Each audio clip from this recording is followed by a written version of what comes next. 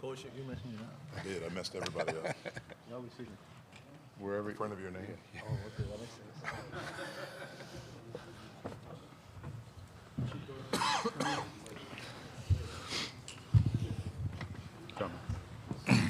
General comment, then we'll just open it up. Well, first and foremost, really, really proud of my team. What an unbelievable defensive performance. You know, I said out there, and I said to these guys in the locker room, we were a really good defensive team for the majority of the year, except for the last month of the season. And we've really dialed back in these past 2 games and played at an elite level.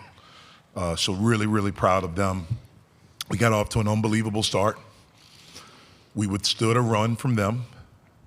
We came back at halftime and we got organized, got our offense organized again, and we did a really good job of attacking them. But the main thing the whole time was our defense. It allowed us to keep a lead, to extend the lead, and it's the reason why we won the basketball game. It's really cool that everyone contributed. Everyone stepped up and made some huge plays, and you know, one of the biggest plays and one of the coolest plays was to watch these 2 guys, you know, make the pass to each other and to see how excited they were afterwards. And in the middle of the play, we still had to play defense. But, you know, for Jorge to come in and play as well as he did down the stretch for us, and, you know, it was really big. You know, Nelly and Greg stepping up, making big free throws, making big plays. JB, Nike getting the 4-point play. Just really, really proud of our team. Okay, questions, please raise your hand. Let us get the handheld mic to you. Let us know who you are, who you're with, and if you're addressing a question to a student athlete, please do it to them directly. First question, front row. Brett Friedlander, Saturday Road. This is for Nelly, or actually any of the other student athletes who'd like to answer this. You guys were 1 win from sharing the ACC regular season championship, and they sent you to Dayton. I know the disrespect card gets played a lot this time of year, but do you kind of feel like you have something to prove and maybe we're a little bit disrespected? Yeah, I think we've had something to prove since they preseason ranked us 14th in our conference. So we've had a chip on our shoulder since the first time we seen that. And Dayton was just another example of us having to put a chip on our shoulder again. So we're definitely looking forward to proving more. Chris Carter, Pittsburgh Post-Gazette. Both to Guillermo and Jorge, a few nights ago, you guys were hugging each other after the game. This time, you guys have an assist, and there's a dunk, and then you guys are kind of celebrating together. Can you explain what you both are feeling in these moments as you guys are making this rise in the tournament? Guillermo. Man, as soon as I did the dunk, it was just like a blast of energy because that ball coming from my brother, especially, I know it was going to be like big time. And it's just grateful for like the opportunity to be here with him, and it's amazing. The feeling is amazing. Jorge. I just said it before. I think I'm gonna start playing the point guard because that shit was beautiful. And that dunk was, I don't know, was awesome. And just seeing my brother doing that. And the funny thing is, like, I think it was yesterday in practice, he dunked on me and Nate. And he was talking trash. So I told him, okay, you want to talk now, but just do it in a game. And he did. So now I have to shut up and say thank you for making my assist. Third row. Alex Randall, Pitt Student Radio. Another question for Guillermo and Jorge. I remember a press conference earlier this year where you guys were talking about how it's one thing to score, you make one person happy, but when you do an assist, you make 2. Is there any play, you guys have obviously played together a long time, is there any play that exemplifies that greater than the one that you guys did today? Jorge, you go first. Oh, It's okay. no, I don't think there's none. I mean, nah, hell no. I mean, that 3 against Louisville was tough, but no, this was like, and also in March Madness, making that play, yes, I don't think we've done nothing better than that. Yeah, definitely. Like, this was the biggest time ever, so yeah. Front row. Austin Bechtold, Pittsburgh Sports Now. For Guillermo and Jorge, and also for Jeff, is that a play that you guys have drawn up just growing up in your backyard that you've worked on a lot? And Jeff, what's it like being able to have the Diaz Grand Twins as freshmen being able to step up in this large role? You guys can do it. I don't think we've trained. I mean, sometimes we done it like back in Spain. We used to like do ball screens, but I don't think we've practiced that much. I don't know. It was like it was a silent play. Like we didn't practice it. It just happened. The only thing we played in the backyard was like one-on-one. Nothing together. Just like one-on-one against each other. Coach? Yeah, it's been great. Like I said the other night, I mean, these two guys, they love basketball. They love to compete. They love to work. They're not afraid of it. They're incredible teammates, and their spirit, their energy, since I've known them, they've always been in a good mood, and it's infectious. And it's really infected our team. But one other thing I'd say, I mean, the minutes that Federico gave us were huge.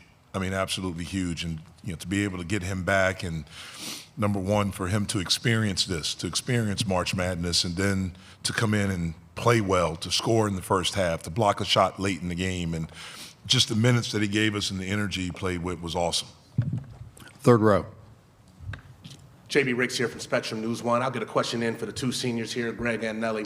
Do you feel like whatever nerves that you guys had coming into the tournament were alleviated when you having to play in the first four and kind of playing it in a tight, contested game like that, and then being able to come here in Greensboro and just let it all out the way you guys did? Did that play a factor at all for you guys? Greg.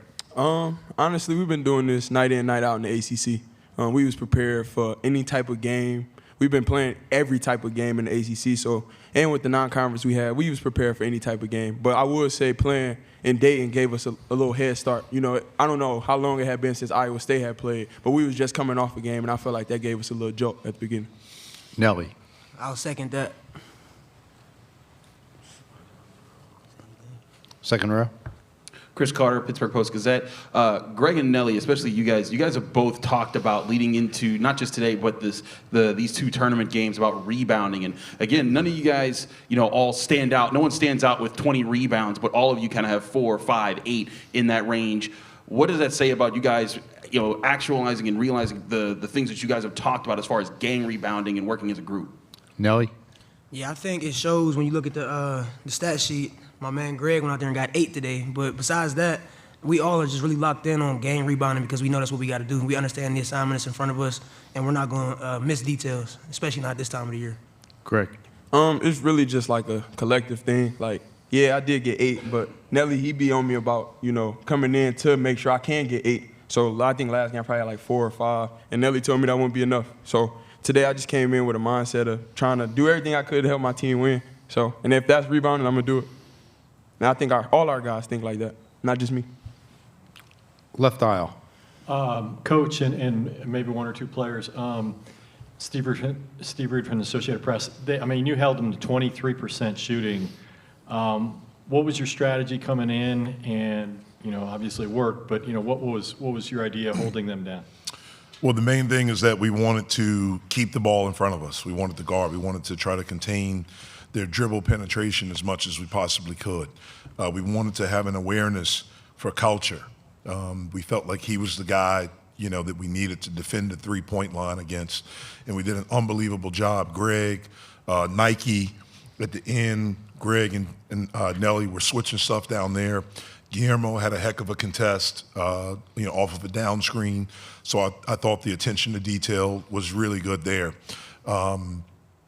And then we wanted to make their bigs try to finish over top of us.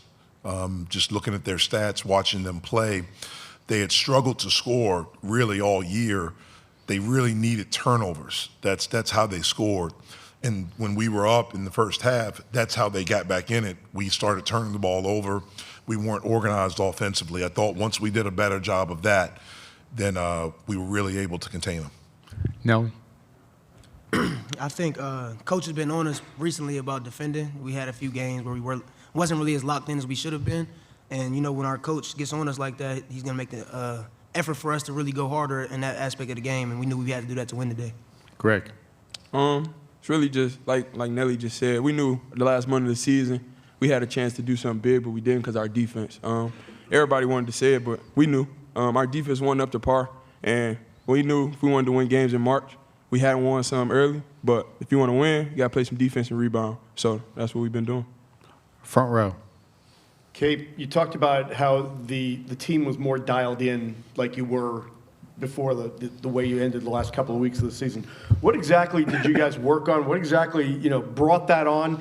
And then from a player standpoint, after you got home from the ACC tournament, was there any kind of, regrouping amongst yourselves that kind of helped bring that on? It's interesting because, we're at a point in the season with where we are that we worked, but we didn't really do a lot of contact with our stuff. We tried to talk about what we wanted to do with the ball screen defense, and to clear that up, we tried to talk about we want to guard the ball, but to really pay attention more and understand scouting and the attention to detail. And the credit goes to these guys. I mean, I don't know if they met, I have no idea, but when we came back for the selection show, and once we knew where we were going the next day, they were really, really dialed in. I mean, really dialed in. We had a great practice in Dayton where we got after it a little bit, but they've been really, really dialed in since then. Nelly.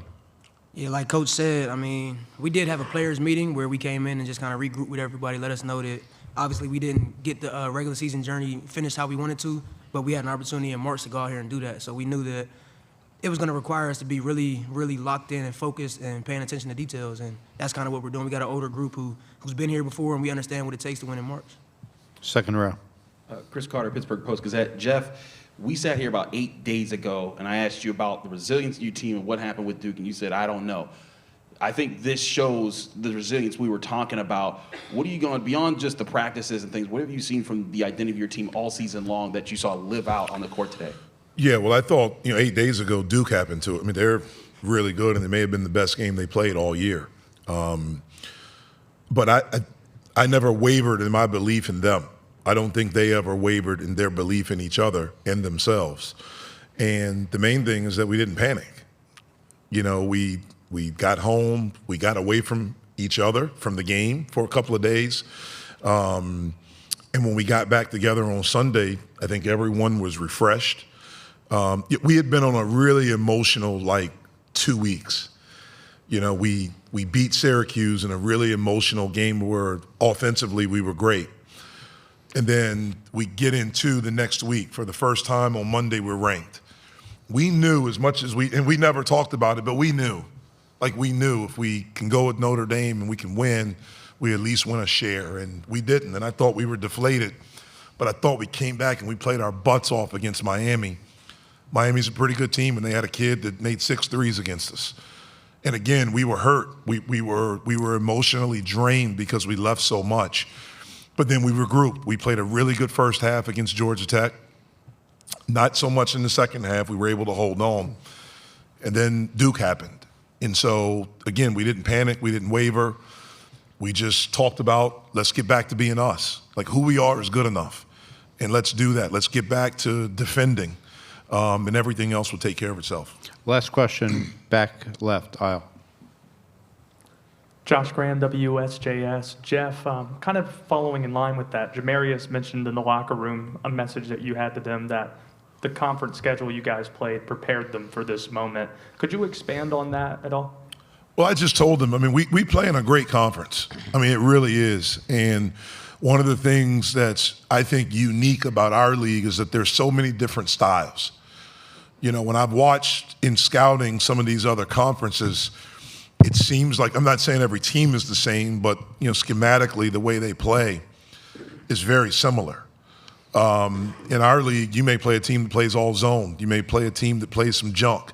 You may play a team that, pressures the heck out of you and switches everything. You may play a team that plays all guards, and pushes it and things like that. And so I just felt like we are prepared for the different styles that we could see as we enter into March, as we enter into this tournament. And the thing you have to do if you're fortunate enough to win, you have to be able to adapt pretty quickly because the next one comes pretty quickly. The next game happens quickly. And I thought that's what helped us for today. It certainly helped us for Dayton because we didn't have much time to prepare, for Mississippi State. But I thought it really, really helped us here with our preparation. Okay, thank you, guys. All right. All right, well, Appreciate it, man. Good job. It's fun watching your watch explode. Good job, guys. Thank you. Good job. Good job. 4 turnovers, Nelly.